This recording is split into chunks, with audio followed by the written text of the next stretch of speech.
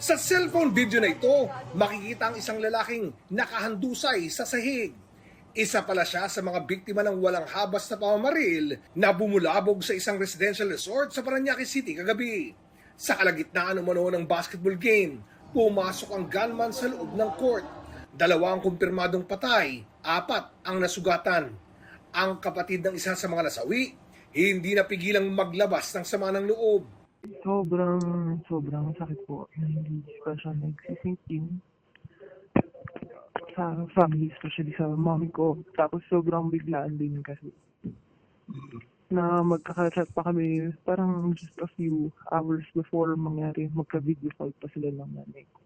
Sobrang sakit po. Sana po agad-agad na mahuli yung suspect po kasi baka pwede pa niyang gawin po ulit yun sa iba. Ang isang saksi, nakaharap pa raw mismo ang gunman at muntik din daw siyang barilin. Ang unang narinig ko po is yung gunshot sa labas ng court po.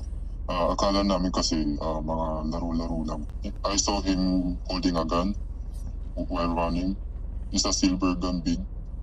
And yung nakita ko yun, umalis agad ako sa chair. Anya, nakasuot ang gunman ng face mask at baseball cap. Tinignan ko yung gunman po na opportunity kung pwede pa ako umalis. Yun, nakita ko na may opportunity. Tapos umalis po agad ako sa main entrance ng court po. Since nakahanap ka ng opportunity to escape, were you still able to see kung ano yung mga sumunod na pangyayari? Even though na nakapag-escape ka na? Before I ran out po sa court, I only heard gunshots po and I didn't look at. Ang kanyang ina, galit at pangamba ang nararamdaman, lalo't hindi pa nahuhuli ang gunman. Very traumatized also and very, very angry because my son, was just lucky to be alive right now. So we don't know where the gunman is. We don't have any information as to where the gunman. Sa mga naiwang empty shell sa lugar, napag-alamang isang caliber 9mm na baril ang ginamit sa krimen.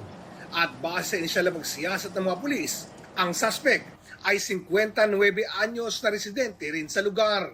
At dati umanong nakaalitan ang isa sa mga nabaril at napatay niya sa insidente. Yung parang last week ng December and last week ng February, allegedly itong suspect ay kumakatok doon sa unit ng ating isa sa mga biktima. At yun nga, nagsumbong itong victim natin doon sa security at pinatawag sila ng security. Bakit daw siya kumakatok? Allegedly, parang may hinahanap siya na tao. Ikinasa na ang isang manhunt operation. Lahat ng mga information na natatanggap natin ay pinupuntahan natin kung ano yung mga possible na puntahan niya at yung mga possible na kamag-anak na makapagtukoy at makakumbinse sa kanya na sumoko ay pinupuntahan na natin. Sa isang pahayag, sinabi ng Azure Property Management na nakikipagtulungan na sila sa mga pulis kaugnay sa isinasagawang investigasyon. Prioridad daw nila ang kaligtasan at seguridad ng kanilang mga residente. Buo raw ang suportang kanilang ibinibigay sa mga biktima at kanilang pamilya. At nakikipag-ugnayan na raw sila sa mga ahensya para tiyaking maibibigay ang lahat ng tulong at atensyong kailangan nila. Para sa GMA Integrated News, ako si Oscar Oidang, inyong saksi!